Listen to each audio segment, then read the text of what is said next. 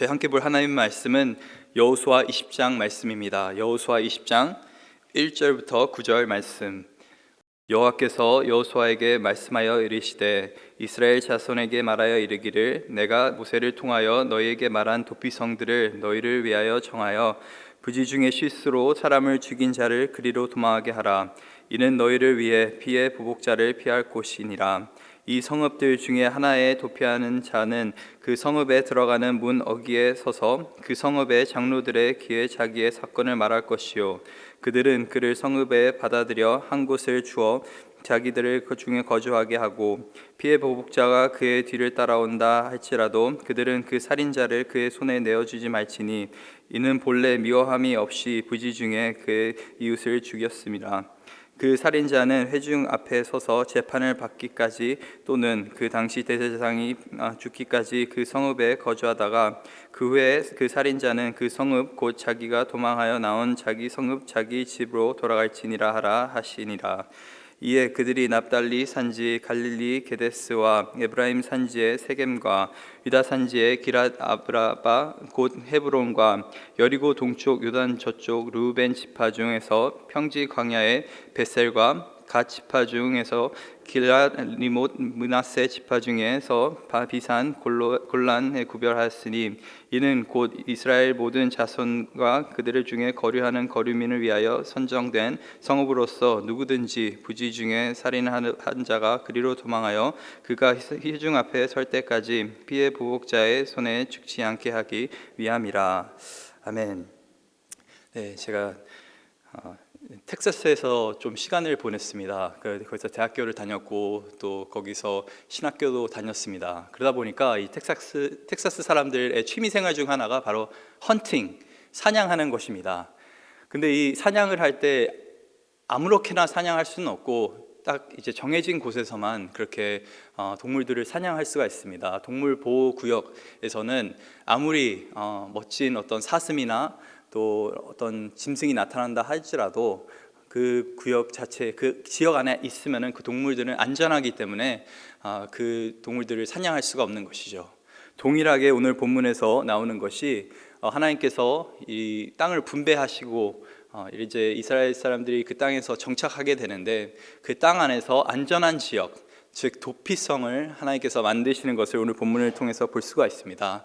오늘 본문에 등장하는 이 도피성 제도는 여호수아 시대에 처음 나온 것이 아니라 저희가 아는 것처럼 이 모세에게 이미 하나님께서 여러 차례 이 도피성을 만들으라고 말씀하셨습니다. 너희가 가나안 땅에 들어갔을 때 거기에 정착할 때 반드시 도피성을 만들라고 이 민수기 35장 또 신명기 19장 또 출애굽기 21장에서도 이와 비슷한 어떤 개념들이 등장하는 것을 저희가 볼 수가 있습니다. 그래서 이런 명령대로 저희가 여호수아서를 계속 묵상하면서 알지만은 여호수아는 철저하게 하나님 말씀대로 그 율법대로 이렇게 살았던 사람입니다. 그래서 그 말씀에 따라서 정해진 그 땅을 정복했고 그 말씀에 따라서 땅을 분배했고 이제는 또 그 말씀에 따라서 도피성까지 세우는 것을 저희가 볼 수가 있습니다. 그런데 왜 하나님께서 이런 도피성을 만들라고 하셨을까요? 그 이유가 오늘 본문 3절에 등장하는데 저희 2절과 3절 한번 다시 읽도록 하겠습니다. 이스라엘 자손 중에 말하여 이르기를 내가 모세를 통하여 너희에게 말한 도피성을 너희를 위해 정하여 부지 중에 실수로 사람을 죽인 자를 그리로 도망하게 하라. 이는 너를 위하여 피의 보복자를 피할 곳이니라. 오늘날 현대사회에서는 저희가 법의 어떤 보호를 받게 됩니다. 이 법을 만들고 더 적용하고 또 집행하는 그런 기관들이 있기 때문에 저희가 안심하고 어떻게 보면 하루하루 살아갈 수가 있는 것이죠. 국민들은 법의 보호 아래 그렇게 살 수가 있는 것이 바로 현대사회입니다. 하지만 고대 사회에서는 이런 어떤 사법기관들이 잘 갖춰져 있지는 않았기 때문에 또 지금처럼의 어떤 정보와 기술이 있지는 않았기 때문에 어떤 제도가 있었냐면은 보복제도가 있었습니다. 눈에는 눈, 이에는 이. 그 개념을 가지고 어떻게 보면 보복이 어떤 치안 유지의 수단으로 사용되었습니다. 법이 무서워서 사람을 해치지 않는 것이 아니라 보복이 두려워서 저 사람을 해치지 말아야지라는 생각이 사람들 마음속에는 있었던 것이었습니다. 실제로 누군가가 살인을 당하게 되면은 가장 가까운 친족 중에 한 사람을 이 피해 보복자로 세워서 그 사람이 살인을 당했던 그 사람의 억울함을 지금 풀어주는 그런 역할을 감당했었습니다. 그래서 이 피해 보복자는 단순하게 보복을 할 수 있는 권리를 갖고 있는 사람이 아닌 어떤 책임을 갖고 있었던 그런 사람입니다. 반드시 법적으로 이 사람은 이 억울하게 죽은 그 사람에 대한 어떤 보복을 해야 되는 어떤 책임이 있었던 것을 우리가 성경을 통해서 알 수가 있습니다. 그런데 이런 상황 가운데서 드러나는 문제점이 한 가지가 있는데, 정말 의도치 않게 누군가를 죽였을 때는 어떻게 해야 되는지에 대해서 이 성경이 오늘 도피성의 개념을 가지고 설명을 하고 있는 것입니다. 이 도피성의 구체적인 사례에 대해서 이 신명기 19장에서는 이렇게 이야기를 합니다. 이 두 사람이 좋은 이웃인데 같이 나무를 하러 숲에 들어갑니다. 그리고 나무를 열심히 하는 중에 한 사람의 도끼 머리가 이제 떨어져서 그게 날아가서 다른 한 사람을 쳐 죽이게 만듭니다. 어떻게 보면 사고로 사람이 죽은 것이죠. 악의 없이 그렇게 죽은 것입니다. 같이 나무를 하러 갈 사이 정도가 되면은 참 좋은 그런 이웃이었다는 것을 저희가 알 수가 있는데, 의도치 않게 사람을 살인한 것입니다. 오늘날로 따지면은 가다가 교통사고가 났는데 내가 의도치 않게 상대방이 죽거나 뭐 그런 상황이 발생을 한 것입니다. 과실치사라고 저희가 말을 할 수가 있는 것이죠. 그런데 이런 고의적인 살인이 아님에도 불구하고 만약에 그 어떤 살인을 당한 그런 가족 입장에서는 이 상황을 참 받아들이기가 힘든 것이죠. 아니, 나무를 하러 간 사람이 시체로 되어 돌아왔으니까 이게 쉽게 납득이 되는 것이 아니죠. 그런 상황 가운데서 참 그 상황을 잘 이해하고, 아무리 의도치 않았다고 하더라도 그 상황을 잘 이해하고 납득할 만한 가족은 아마 많지가 않을 것입니다. 그래서 아마 여러 가족에서는 보복자를 세워서 피해 보복을 실행했을 것입니다. 그 사람의 의도는 상관없이 너가 나의 사랑하는 가족을 죽였으니까 보복을 해야 된다라는 어떤 생각을 가지고 있었는데, 이런 억울한 상황 이 또 발생하게 되는 것이죠. 의도치 않게 살인을 저질렀기 때문에 자신의 목숨이 지금 위태로운 상황이 발생하지 않도록 만들어진 제도가 바로 이 도피성의 제도입니다. 억울한 상황 그리고 또 복수의 악순환을 방지하기 위해서 하나님께서 이스라엘 자손들에게 허락하신 이 제도가 바로 도피성 제도입니다. 그런데 이 도피성 가운데 정말 하나님의 놀라운 그런 궁휼하신 마음을 저희가 볼 수가 있습니다. 하나님께서는 철저하게 사람을 죽이는 데 관심을 갖고 계시는 것이 아니라 사람을 살리시는 데 관심을 갖고 계신다는 것을 저희가 알 수가 있습니다. 어떻게 하면 생명을 살릴 수 있을까? 그렇게 고민하고 계신 분이 바로 하나님인 줄 저희가 믿습니다. 그래서 의도치 않게 사람을 죽였을 때 이런 도피성을 세워서 무조건 이 사람이 심판을 당하게 하는 것이 아니라 적당한 시간을 두고 좋은 재판을 과정을 통해서 자신의 억울함을 이렇게 벗을 수 있도록, 또 어떤 경우에서는 자신의 또 그 도피성이 있으면서 또 새로운 삶을 살 수 있는 어떤 기회를 허락하는 것이 바로 이 도피성의 제도인 것입니다. 그래서 저희가 한번 4절과 5절, 6절 한번 같이 보겠습니다. 이 성읍들 중에 하나의 도피한 자는 그 성읍에 들어가는 문 어귀에 서서 그 성읍의 장로들의 귀에 자기 사건을 말할 것이요, 그들은 그 성읍에 받아들여 한 곳에 주어 자기를 중에 거주하게 하고. 그래서 아무나 어떻게 보면은 그냥 도피성에 들어갈 수 있는 것이 아니라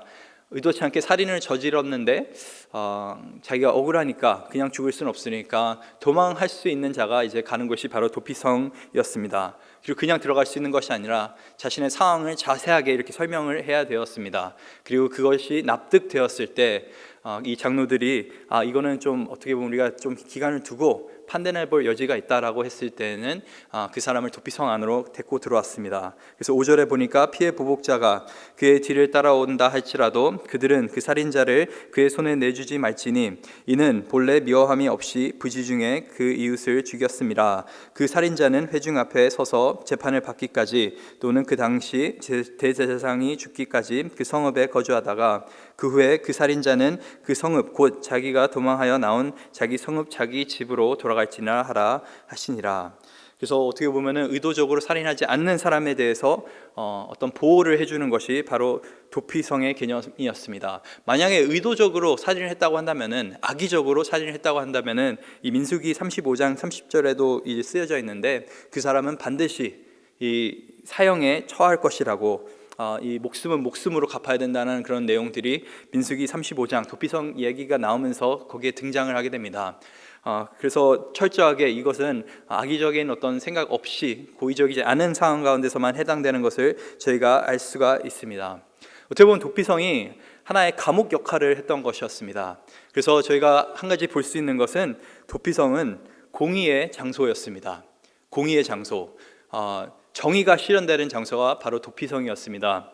이 도피성 안에 들어감으로 인해서 오랜 기간을 두고 진정한 과정을 통해서 이 사람이 정말 죄가 있는지 없는지를 판단하고 의도가 있었는지 없는지를 판단하고 또 그에 마땅한 형벌을 주는 것이 바로 이 도피성의 제도였던 것을 알 수가 있습니다.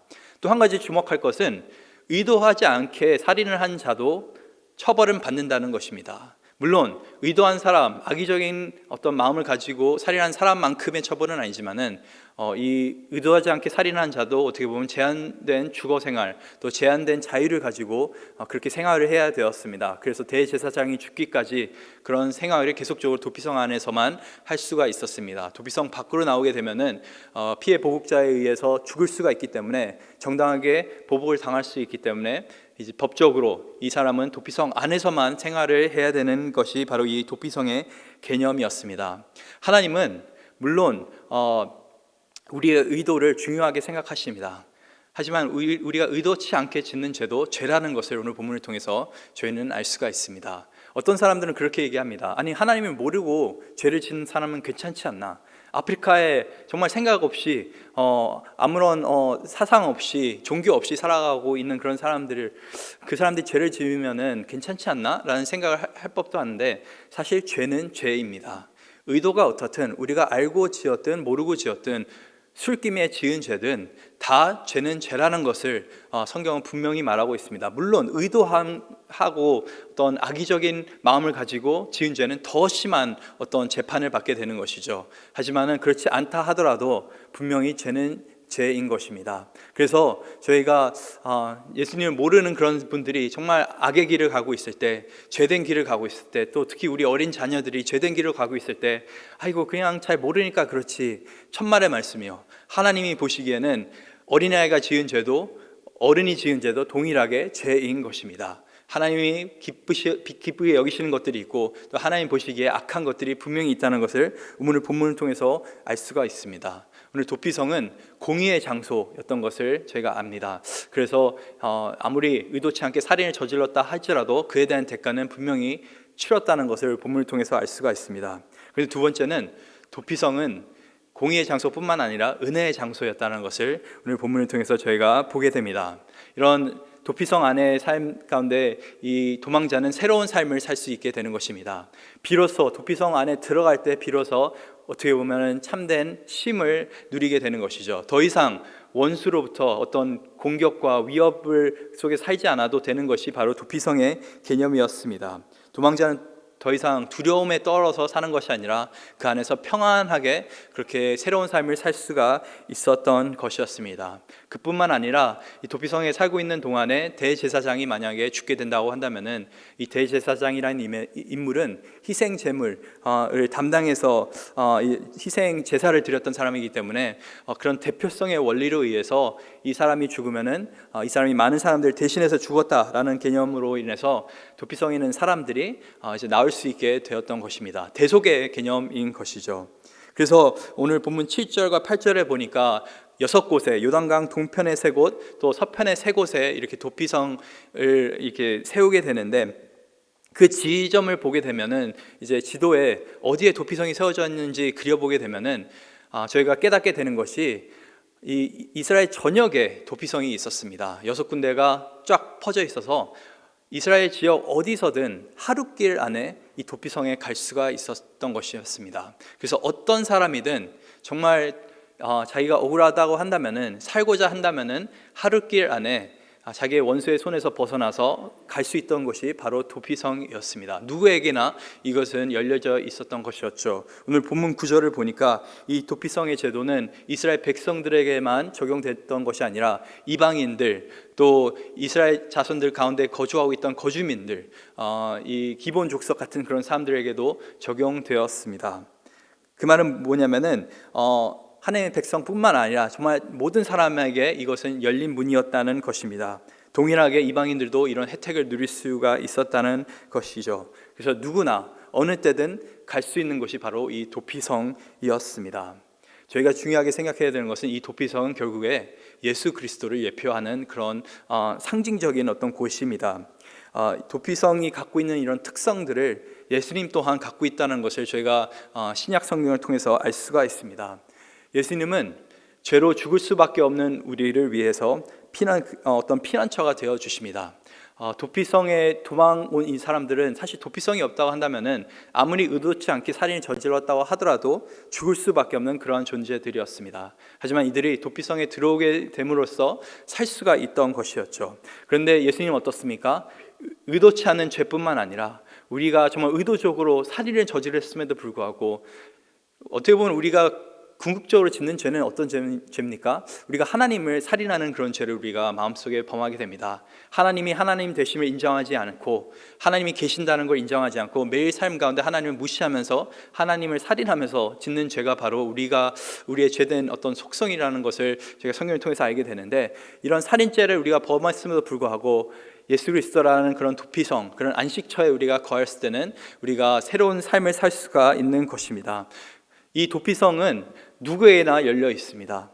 또 어떤 사람이든 살고자만 하면은 갈 수가 있다는 것을 우리가 알 수 있습니다. 그와 동일하게 예수 그리스도는 누구든지 살고자 하는 자는, 나를 믿고 살고자 하는 자는 올 수 있다라고 성경에서 계속적으로 말씀하고 계십니다. 내가 길이요 진리요 생명이니 누구든지 나에게 오면은 살 수 있다라고 계속적으로 요한복음 14장에도 예수님께서 말씀하셨죠. 누구에게나, 이 하나님의 백성에게나 또 이방인에게도 열려 있는 것이 바로 도피성이었는데, 하나님의 그 놀라운 구원의 은혜가 예수 그리스도를 통해서 이렇게 열려 있다는 것을 우리가 볼 수가 있습니다. 그리고 예수 그리스도 안에 있는 사람들은 일단은 철저하게 보호를 받습니다. 그 안에 참된 휴식과 평안을 누릴 수가 있는 것이죠. 더 이상 적들로부터 어떤 위협 속에서 살아가는 것이 아니라 내가 죄를 범했어도 불구하고, 그리고 그 죄의 대가를 치르긴 하지만은 그 가운데서 우리는 새로운 삶을 살 수가 있는 것입니다. 그리고 언젠가는 다시 예수 그리스도가 돌아오실 때는 영원하게 우리를 해방시켜 주셔서 정말 자유로운 몸으로 자유롭게 하나님을 예배하면서 살 수 있는 것이 어떻게 보면 이 도피성의 원리 안에 이 하나님의 구원의 원리와 섭리가 담겨져 있다는 것을 저희가 볼 수가 있습니다. 저희는 이런 본문을 읽으면 그렇게 생각할 수도 있습니다. 하나님께서 왜 굳이 이런 지역을 만드셨을까? 나는 누군가를 죽이지는 않을 텐데. 근데 이 도피성이 결국에 우리를 위해 세워진 것을 우리가 분명히 기억해야 됩니다. 우리가 도피성이 필요한 그런 도망자인 것입니다. 우리가 은혜가 필요한 그런 사람들입니다. 하나님 없이는, 그리스도의 보호함 없이는 이 세상에 어떤 악에 의해 죽을 수밖에 없는, 살인당할 수밖에 없는 그런 상황 가운데서 우리가 매일같이 살고 있는데, 이 사탄은 계속적으로 우는 사자같이 우리를 잡아삼키려고 달려들고 있는데, 그 가운데서 우리가 누릴 수 있는 진정한 쉼은 오직 예수 그리스도 안에 있다는 것을 저희가 기억해야 됩니다. 만약 이것을 우리가 안다고 한다면 동일하게 이 진리를 알지 못하는 자들에게도 동일하게 이 복음을 전해야 될 수 있을 줄 믿습니다. 지금도 아직까지 열심히 도망 다니고 있는 그런 사람들이 있습니다. 정말 두려움 속에서 살고 있는 그런 사람들이 있습니다. 정말 내일 일을 모르면서 언젠간 피해 복수가 다가올지 알지 못하는 상황 가운데 살고 있는 사람들이 우리 주위에도 많은데, 우리 자녀들 속에도 있는데, 그런 가운데 우리가 반드시 해야 되는 것은 그리스도 안에 참된 신과 용서함과 회복이 있다는 것을 우리가 전파하며 살아야 되는 줄 믿습니다. 이런 도피성의 은혜를 매일 삶 가운데 누리시는 저와 여러분 되길 간절히 소망합니다.